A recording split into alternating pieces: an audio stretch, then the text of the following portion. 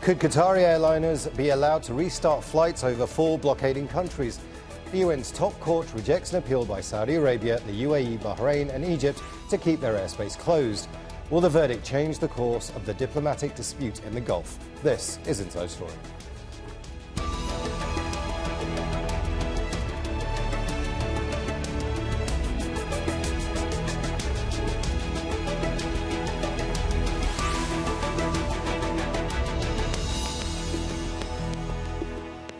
Hello and welcome to the programme. I'm Imran Khan. Millions of passengers on one of the world's largest airlines have spent more than 3 years taking the long way home.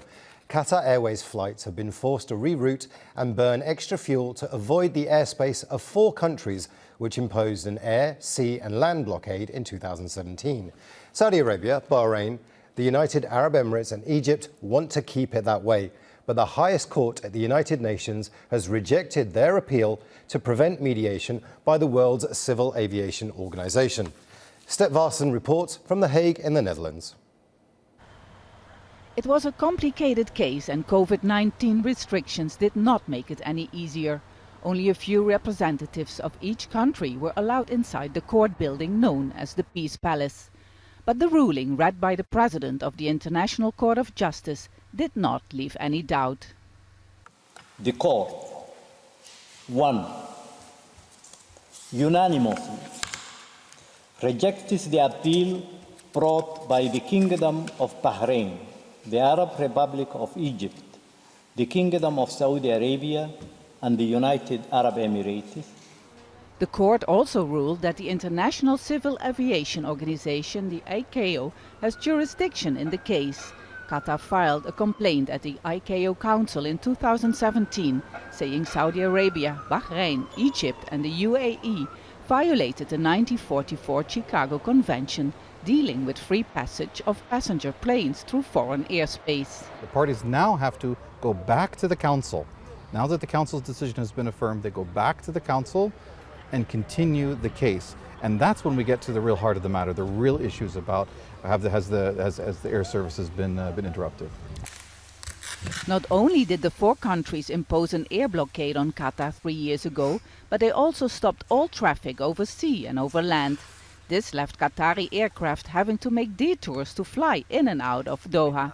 Last year, the ICJ also ruled in favor of Qatar, saying the UAE was guilty of racial discrimination by expelling Qatari citizens and separating families. There are certain sanctions that the Council may grant the State of Qatar. For example, not allowing those member states to vote in the General Council or even to certain extents participate in certain important meetings, and that will have its own harsh side effect on those states. A clear decision by the International Court of Justice and a clear victory for Qatar. But despite this win in the long legal battle, there is still no reason to celebrate just yet. This is another step in the 3-year-long dispute with blockading nations, although a significant one. Representatives of the 4 blockading nations left court without making any statements. With the backing of the unanimous ICJ ruling, Qatar can now ask their governments to compensate it for the financial losses it endured because of the blockade. Step Varsen, Al Jazeera, The Hague. Let's bring in our guests here in Doha, political writer Ali Alhail. In Beirut, Paul Morcos, Professor of Law at St. Joseph University in Beirut and also in Doha. Mahjoob Zweiri, Director of the Gulf Studies Centre at Qatar University. A warm welcome to you all. I want to begin in Beirut first with Paul Morcos. Paul, this was very much a procedural decision from the ICJ. It suggested that the ultimate authority in deciding the airlines case, the airspace case, was with the International Civil Aviation Organization. But what does that actually mean? Does it mean that there is now one central authority that can decide this case? Of course, you know that the ICJ ruling is enforceable, and it is now a judicial verdict. So when it is as such, so all states are bound by this kind of decision by virtue of Article 94 of the UN Chart. In addition, you know, that this kind of ruling, when it's done, it's definitive. So it's not no more subject to appeal. And the other parties, you know, if you read the facts and the ruling, they had so many grounds of appeal already stated within the court's verdict. So the last thing they can do maybe, and this is theoretical, that they can ask or request for interpretation of such judgment or refer back to the ICAO. Well, the ICAO now has the final decision, as you say, or at least the final dispute resolution mechanism between the blockading countries and Qatar. What is Qatar going to be looking for, and what are the blockading countries going to be looking for when it comes to any dispute resolution at the ICAO? Of course, each and every party should look after his or their interests. First of all, the winning party here will look to enforce this decision and get back things to normal.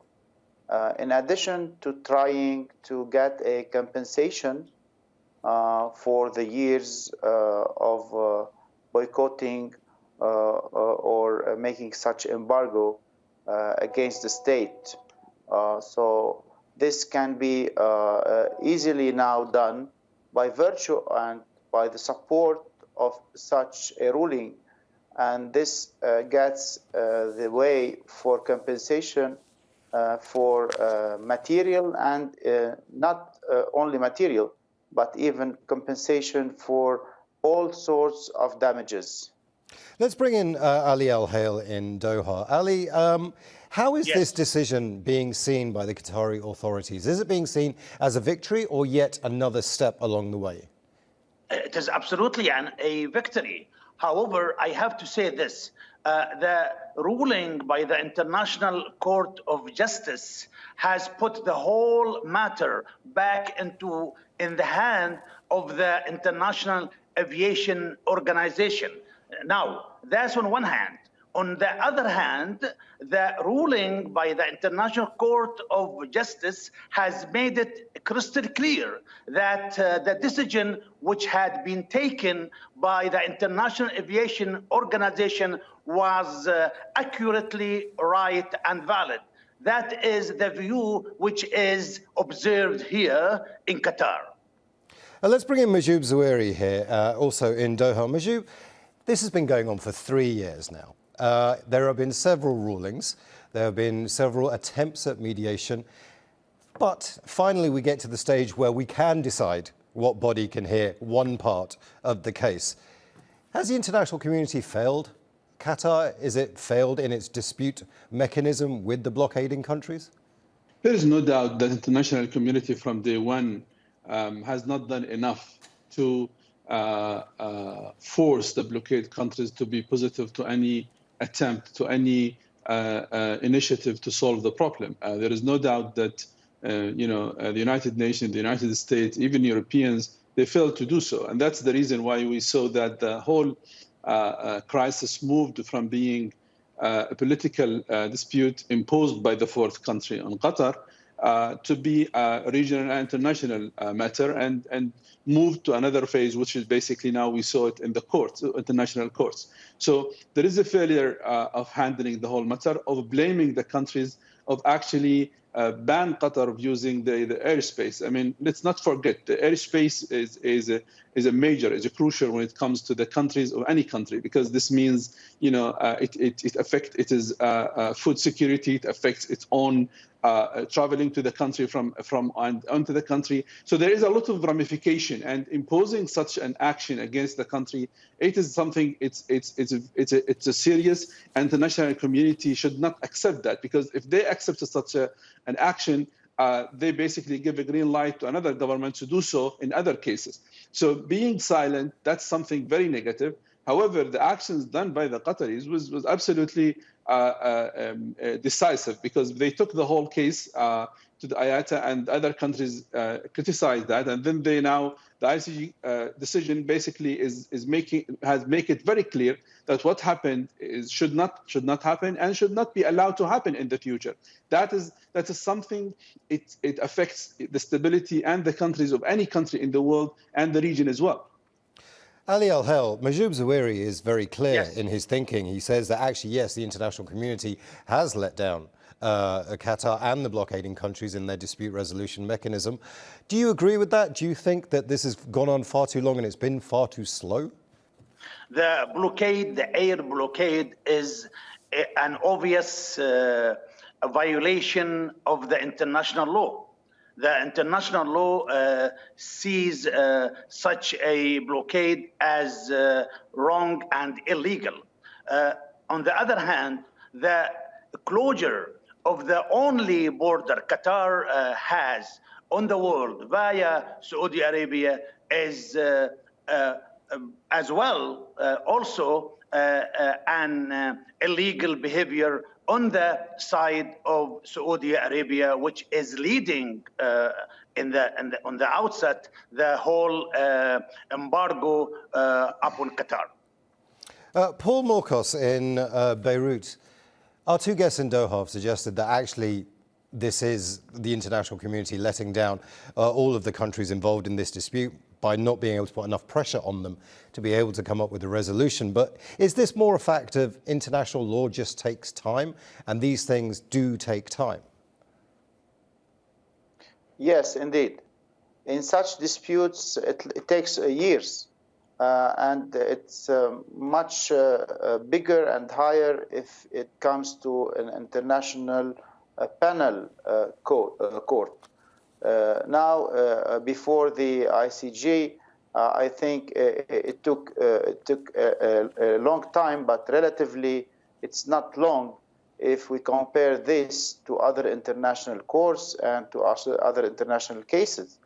If you take, for example, cases in the panel scene, you can see easily that Hariri's assassination took like 15 years. Out of the 15 years, you had like around 10 years before the special tribunal for Lebanon. So if you go back to the aviation dispute history, also you think that this takes time, although this is a unique case, and it will be taken as a precedent, as a legal precedent, as a jurisprudence for aviation as a whole. In the history of aviation, there was plenty of cases in such domain. I mean, more specifically, blockading other countries' aviation and whatsoever. Let's bring in Mahjoob Zweiri here.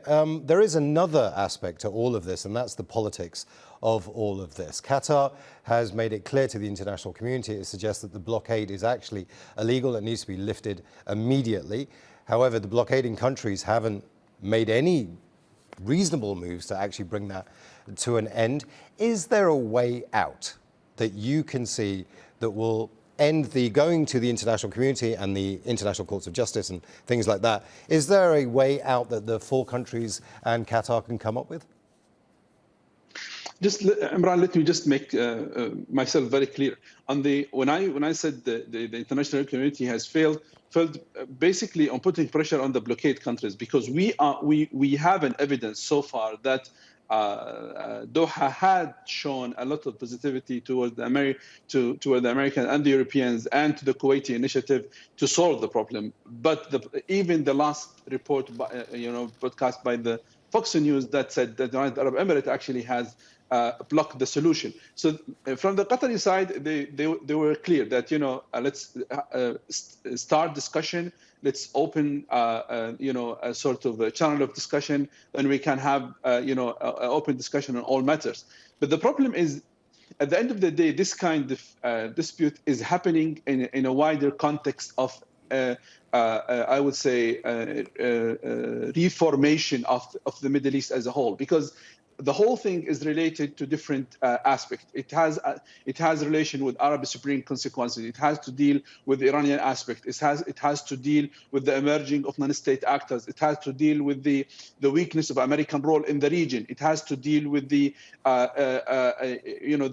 economic situation. It has to deal with the emerging of China and Israel. So it has many aspects from within. So what's happening in the region in reality, it does appear that it's between the four blockade countries and Qatar, but in reality, it is beyond that, and that is the reason where politics is important here, because the key issue here is whether countries, other countries, can say, look, stability of the region is the key issue, because the energy matter, the gas, the oil, everything. So if the other country wants to have this kind of economic stability, even beyond the Gulf region, they have to be positive to the solution in the region. And that's the reason why we actually saw in recent months that, for example, the Americans, they just step out of the whole thing, and they are not putting enough pressure, for example, to solve the problem, simply because they feel that neither Saudis nor the Emiratis are ready to listen to them. And that itself is an important issue. When you see a superpower of the world today is not being taken seriously in a matter where that region is a number one of its in the list of interest of the United States. That is something tells a lot for the future of the region and the future of the Americans and presence in the region. Actually, Ali Alhail, that's a very interesting point, isn't it? The Americans seem to be able to make any kind of diplomatic inroads when it comes to this conflict. There are wider issues here than just the air blockade, land and sea blockade itself. Is it time to look the Middle East, for Qatar perhaps, to look to another partner? Russia, China? China's making big, bold moves in the region. Well, the spreading rumor, whether it is true or false, that the United States of America, a week before the 5th of June 2017, when the sanction and embargo imposed upon Qatar, that the green light came from the United States of America, more specifically from the President Trump. That's on one hand. On the other hand, the United States is benefiting financially from the open and continuing Gulf crisis between Qatar and its neighboring countries, plus Egypt, because these countries had so far spent a lot of trillions of dollars on buying U.S.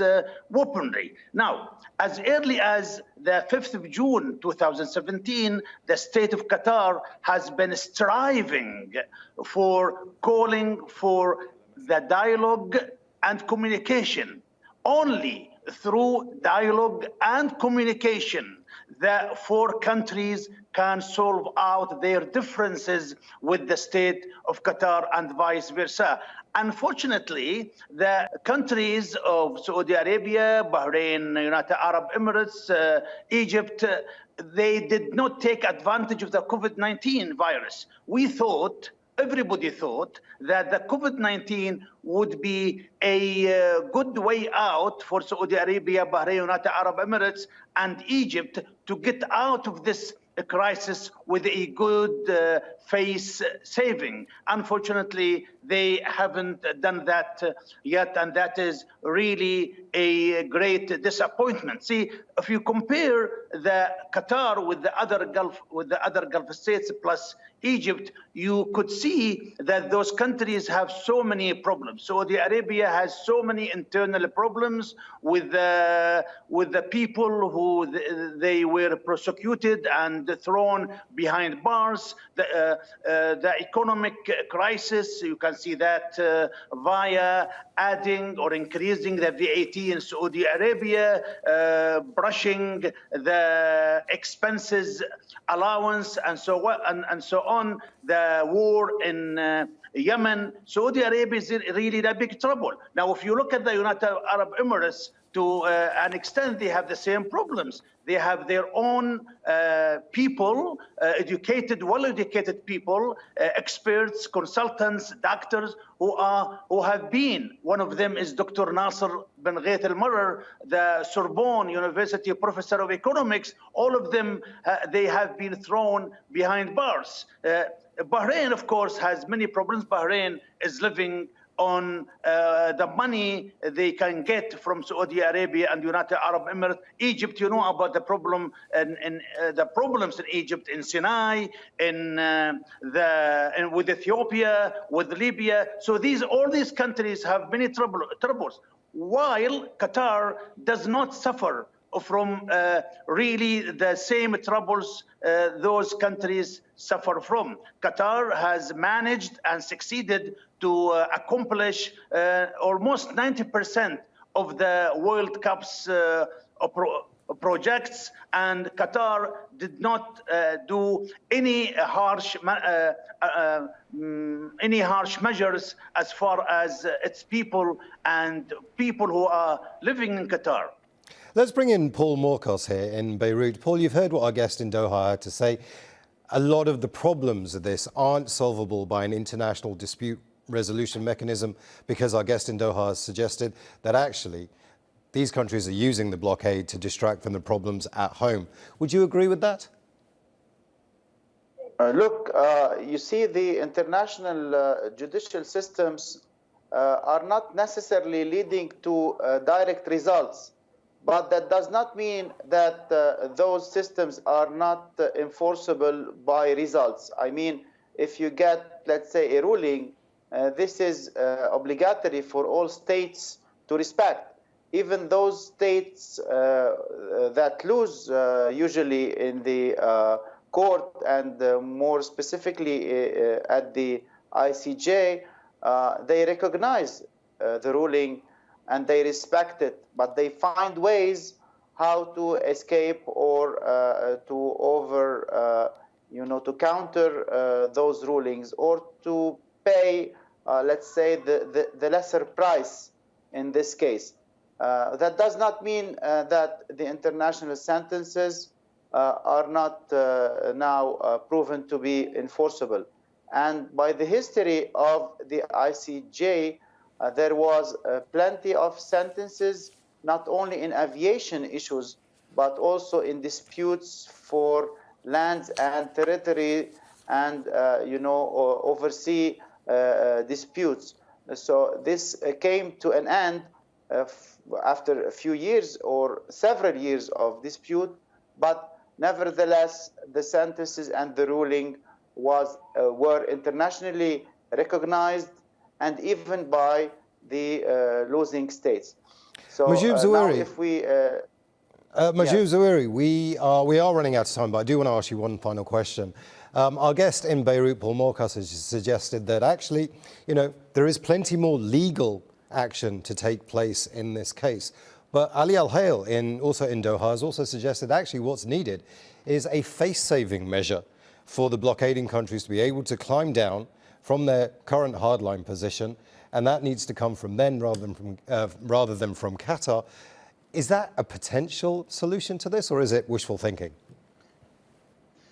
I think what we see now, both lines are moving together. Qatar is moving ahead in all cases because Qatar government believe that law should be respected, international law should be respected, and based on that, they are moving from case to case to make it clear that what happened was illegal.